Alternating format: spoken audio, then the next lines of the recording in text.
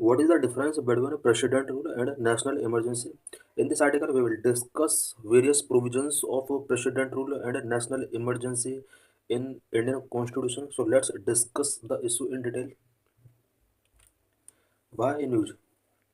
On February 13, 4 days after Manipur Chief Minister N. Biren Singh's resignation, president rule has been implemented in the violence-hit state of Manipur.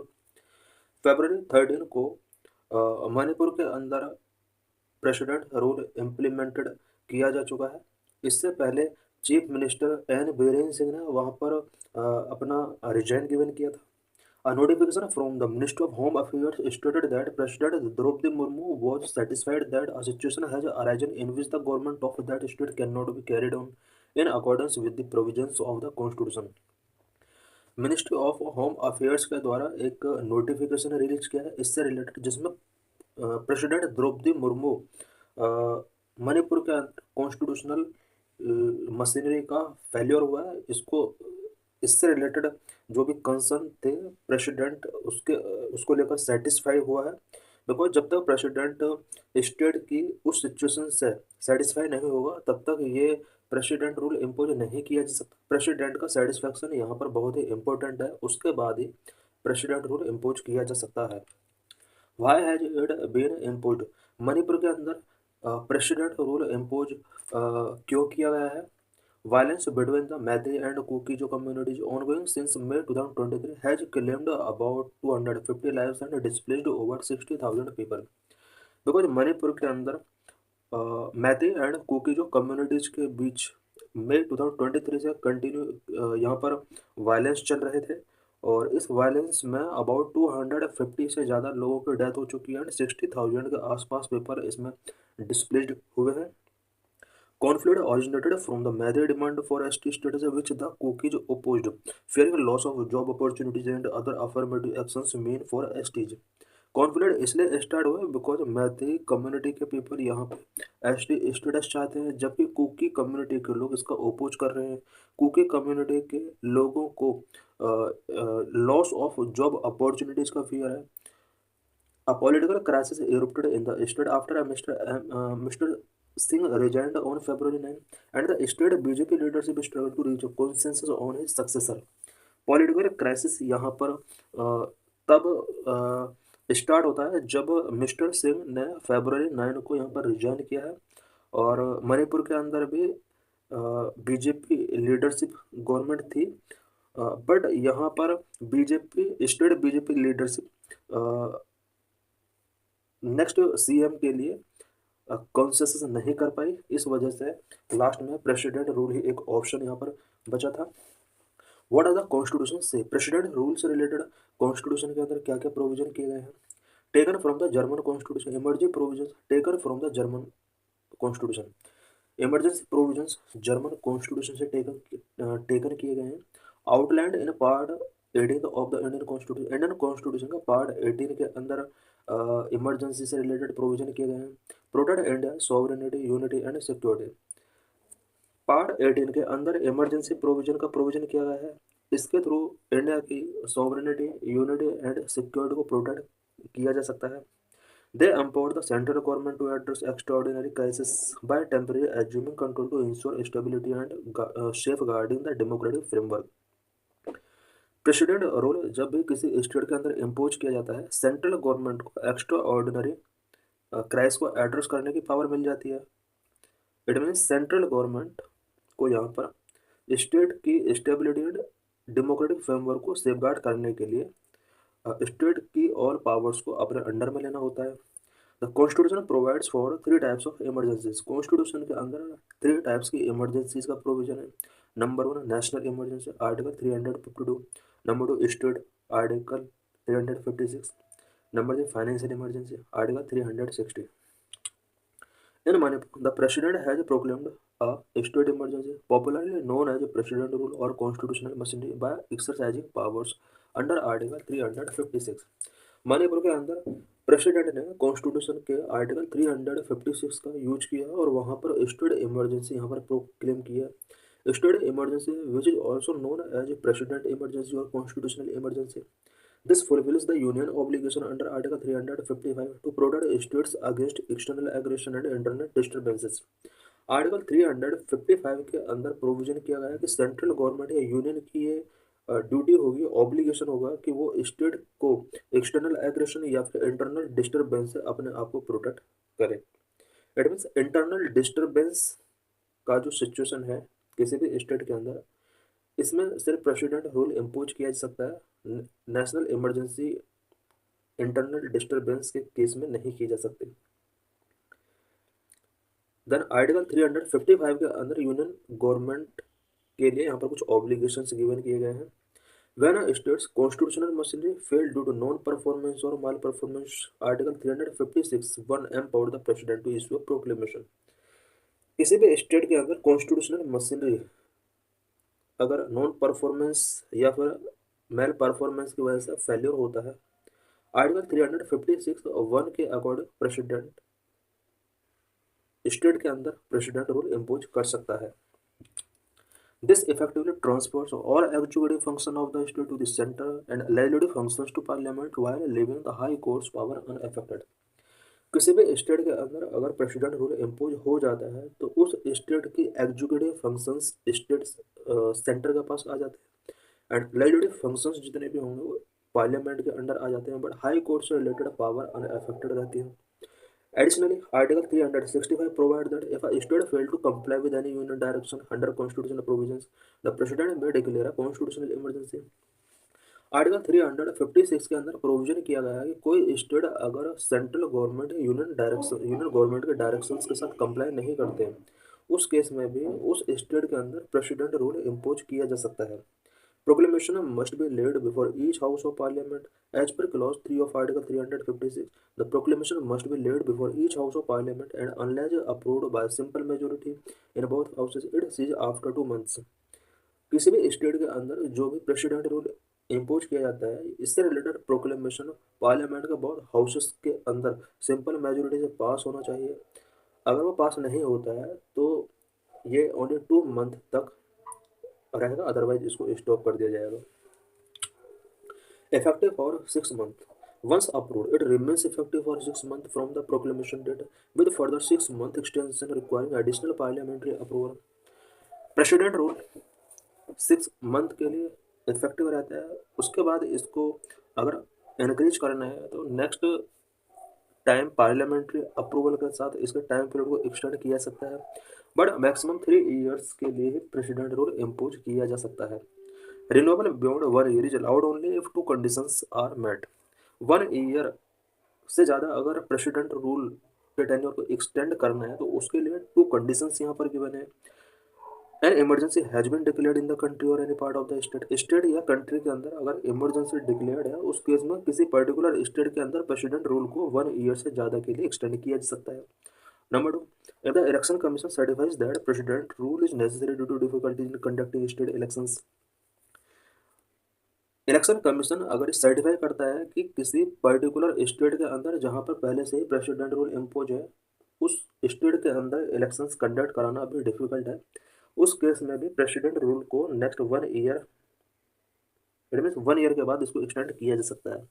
However, in no case can the proclamation remain effective for more than 3 years. 3 year से ज़्यादा किसी भी case में president rule effective नहीं हो सकता।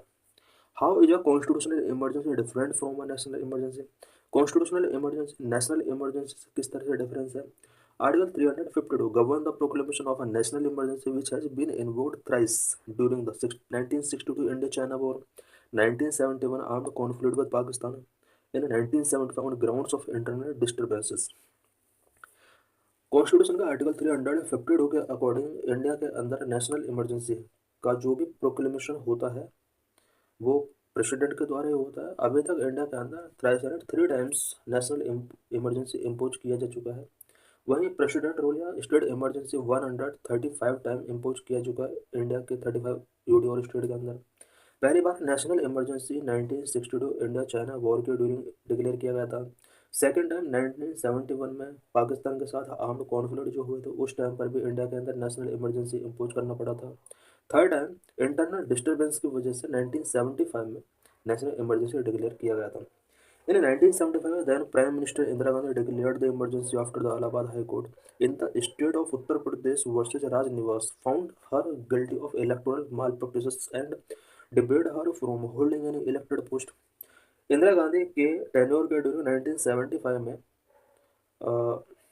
National emergency declare Indira Gandhi के द्वारा तब किया गया था जब इलाहाबाद हाई कोर्ट ने इंदिरा गांधी को इलेक्टोरल माल प्रैक्टिस की वजह से गिल्टी यहाँ पर डिक्लेयर किया था और किसी भी इलेक्टेड पोस्ट को होल्डिंग करने से इंदिरा गांधी को यहाँ पर कोर्ट की तरफ से डिबेट कर दिया गया। ग्राउंड्स फॉर नेशनल इमरजेंसी के लिए क्या क्या ग्राउंड हो सकते हैं? Unlike a state emergency, proclaiming a national emergency requires that the president be satisfied that India security or any part of its territory is threatened by war, external aggression and armed rebellion. अगर India के president को लगता है कि India के अंदर या India के किसी पार्ट के अंदर वॉर, एक्सटर्नल एग्रेशन और आर्म्ड रेबेलियन से रिलेटेड थ्रेट है, उस केस में प्रेसिडेंट नेशनल इमरजेंसी प्रोक्लेम कर सकता है। सेफगार्ड और prevent misuse, the 44th constitutional amendment 1978 introduce multiple safeguard to prevent misuse. National emergency का मिसयूज ना हो इसके लिए कॉन्स्टिट्यूशन के 44th कॉन्स्टिट्यूशनल अमेंडमेंट एक्ट 1978 के अंदर मल्टीपल सेफगार्ड प्रोविजन किए गए हैं। अभी सेफगार्ड कौन कौन से, इससे रिलेटेड कुछ पॉइंट्स हम नेक्स्ट डिस्कस करेंगे। It reply to internal disturbance with armed rebellion.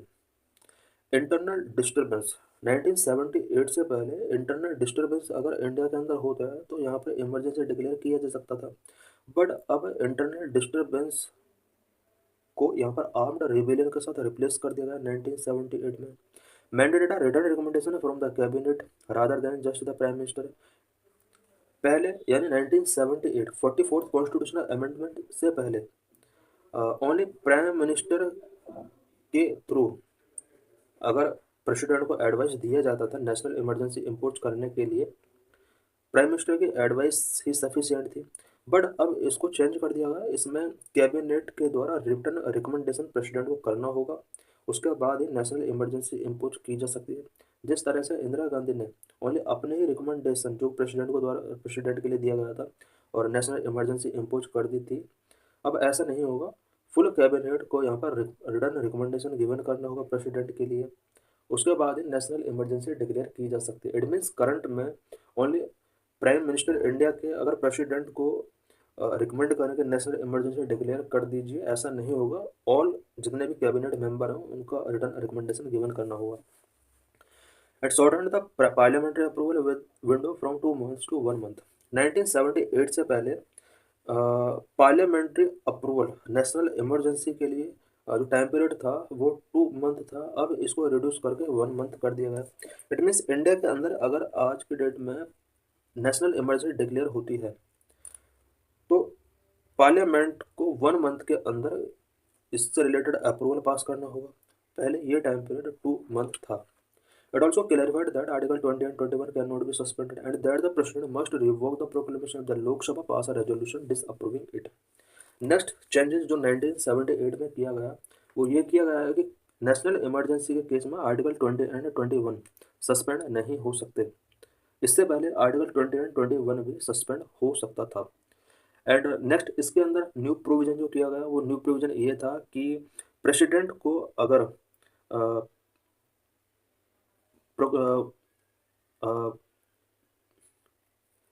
Proclamation को अगर रिवोक करना है, इट मीन्स जो भी नेशनल इमरजेंसी से रिलेटेड प्रोक्लेमेशन प्रेसिडेंट ने किया है, अगर इस प्रोक्लेमेशन को रिवोक करना है तो उसके लिए भी यहाँ पर लोकसभा के द्वारा एक रेजोल्यूशन डिसअप्रूविंग रेजोल्यूशन पास कराना होगा, उसके बाद नेशनल इमरजेंसी से रिलेटेड प्रोक्लेमेशन को रिवोक किया जा सकता है। इट मीन्स यहाँ पर अगर नेशनल इमरजेंसी आज डिक्लेयर हो जाती है और प्रेसिडेंट ने इससे रिलेटेड प्रोक्लेमेशन किया है, अगर वो चाहता है कि इस प्रोक्लेमेशन को रिवोक किया जाए तो उसके लिए भी लोकसभा, ओनली लोकसभा, ना कि Rajya Sabha, not parliament, only Lok Sabha के थ्रू यहाँ पर डिसअप्रूविंग रेजोल्यूशन पास कराना होगा। This amendment restored judicial review of president satisfaction in proclaiming an emergency, a safeguard removed by 38th constitutional amendment 1975। 1975 में 38th कॉन्स्टिट्यूशनल अमेंडमेंट किया गया था उस अमेंडमेंट के अंदर ये प्रोविजन किया गया था कि जुडिशियल रिव्यू किसी भी इमरजेंसी का नहीं किया जा सकता। But 44th constitutional amendment act 1978 के अंदर ये प्रोविजन कर दिया गया कि इमरजेंसी का जुडिशियल रिव्यू किया जा सकता है। No time, unlike a constitutional emergency which can last up to 3 years, a national emergency has no time limit. President rule या स्टेट इमरजेंसी के लिए जो मैक्सिमम एक्सटेंड किया जा सकता है वो 3 ईयर के लिए किया जा सकता है, बट नेशनल इमरजेंसी के केस में टाइम लिमिट नहीं है।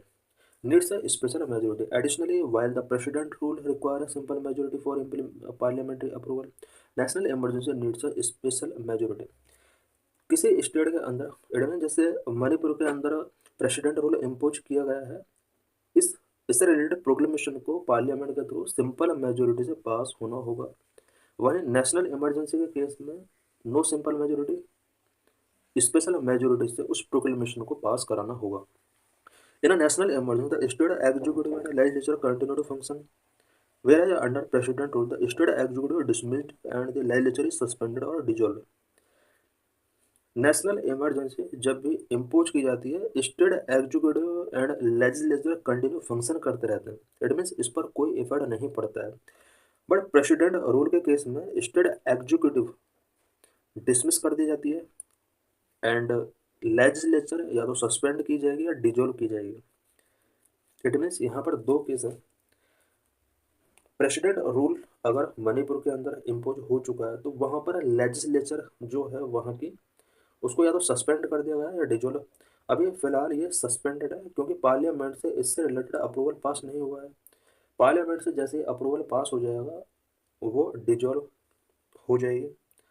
बात अगर स्टेट एग्जीक्यूटिव की जाए, स्टेट एग्जीक्यूटिव डिसमिस हो जाता है। However, the Manipur Assembly, which has a tenure till 2027, has not been dissolved but is placed under suspended animation. Manipur assembly जिसका टेन्योर 2027 तक है, डिजॉल्व उसको नहीं किया गया है। इट मीन पूरी तरह से वो खत्म नहीं हुआ है, सस्पेंडेड एनिमेशन में उसको रखा गया है। This means that the assembly is temporary posed allowing it revival if political stability stored. इसका मीनिंग ये हुआ कि असेंबली जो मणिपुर असेंबली है उसको टेम्परेरी पॉज कर दिया गया है और पॉलिटिकल स्टेबिलिटी अगर रिस्टोर हो जाती है मणिपुर के अंदर तो इसको रिवाइवल अगेन कर दिया जाएगा। Does president rule affect fundamental rights, का प्रेसिडेंट रूल फंडामेंटल राइट्स को अफेक्ट करता है। President rule does not affect citizens fundamental right unlike a national emergency where under article 358 freedoms under article 19 become inoperative and the president may suspend other fundamental rights except article 20 and 21।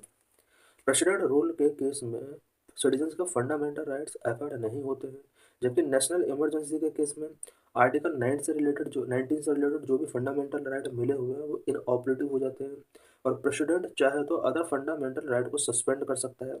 But article 20 and 21 के अंदर किसी भी type का यहाँ पर interfere इसमें नहीं किया जाएगा नेशनल इमरजेंसी के केस में। Under President rule, the President acquires extraordinary power with the Governor on her behalf, administering the state with assistance from the Chief Secretary or advisors appointed by the President. President rule के case में president को extra ordinary power यहाँ पर मिल जाती है और जिस state के अंदर प्रेसिडेंट रूल इम्पोज किया गया है उस स्टेट के अंदर प्रेसिडेंट चीफ सेक्रेटरी या एडवाइजर के थ्रू एडमिनिस्टर उस स्टेट को करता है। Additionally, Article 357 allow Parliament to confer legislative power on the President and authorize a delegation to another authority while also giving the President power to sanction expenditure from the state's consolidated fund. Article 357 के अंदर ये provision किया गया कि parliament president को जिस state के अंदर प्रेसिडेंट रूल है उससे रिलेटेड लेजिस्लेटिव पावर कॉन्फर करेंगे, स्पेशली जो भी एक्सपेंडिचर उस स्टेट के अंदर हो रहे हैं वो स्टेट के कंसोलिडेटेड फंड के थ्रू सैंक्शन किए जाएंगे। How often president rule has been impose, president rule अभी किस स्टेट में कितनी बार इम्पोज किया गया है। तो doctor B R Ambedkar hope it would remain dead letter, president से रिलेटेड डॉक्टर अम्बेडकर का कहना था कि शायद डेड लेटर में पड़ा रहेगा और कभी प्रेसिडेंट रूल इम्पोज करने की जरूरत नहीं पड़ेगी। 134 times across 29 state and UTs, अभी तक अबाउट 29 स्टेट एंड यूटीज के अंदर 134 टाइम प्रेसिडेंट रूल इससे पहले इम्पोज किया जा चुका है। President rule has been impose nearly 134 times about 29 state and UTs since the constitution took effect in 1950, reflecting its dual role as both a crisis management tool and a politically contentious measures. 1950 में जब से constitution commence हुआ है तब से लेकर अब तक इंडिया के अंदर about 134-35 time impose president rule किया जा चुका है। और इस तरह से हमारा इंडिया का जो कॉन्स्टिट्यूशन है वो एक क्राइसिस मैनेजमेंट टूल और पॉलिटिकली कंटेंटियस मेजर्स के रूप में ड्यूअल रोल प्ले करता है। Punjab the very first application of article 356 occurred in June 1951 in Punjab. Punjab के अंदर पहली बार 1951 में प्रेसिडेंट रूल इम्पोज किया गया था। Manipur is tied with UP for the most frequent imposition of president rule at 10 times each, driven by chronic political instability, with Manipur's latest imposition bring its total to 11. Most frequent president rule imposition जो हुआ है वो मणिपुर के अंदर हुआ है। UP के अंदर सेकंड नंबर पर लगभग 10 टाइम प्रेसिडेंट रूल इम्पोज किया जा चुका है। The longest president rule in Manipur lasted 2 years and 157 days। Manipur में लॉन्गेस्ट प्रेसिडेंट रूल जो रहा है वो 2 year 157 days तक रहा है। 1969 से 1972 तक यहाँ पर प्रेसिडेंट रूल रहा। Jammu and Kashmir hold the record for the longest cumulative duration over 12 years, 4,668 days, due to militancy and separatist movement, followed by Punjab and Puducherry. Longest cumulative duration की अगर बात की जाए जम्मू एंड कश्मीर के अंदर due to militants and separatist movement 12 year तक यहाँ पर प्रेसिडेंट रूल इम्पोज किया जा चुका है। वहीं सेकंड नंबर पंजाब के अंदर 10 ईयर तक प्रेसिडेंट रूल इम्पोज किया जा चुका है। एंड थर्ड नंबर पर पुडुचेरी जहाँ पर 7 year about president rule impose किया जा चुका है। What are the supreme court said about the use and misuse of president rule. President rule के यूज एंड मिसयूज से रिलेटेड सुप्रीम कोर्ट के अंदर क्या क्या गाइडलाइंस हैं।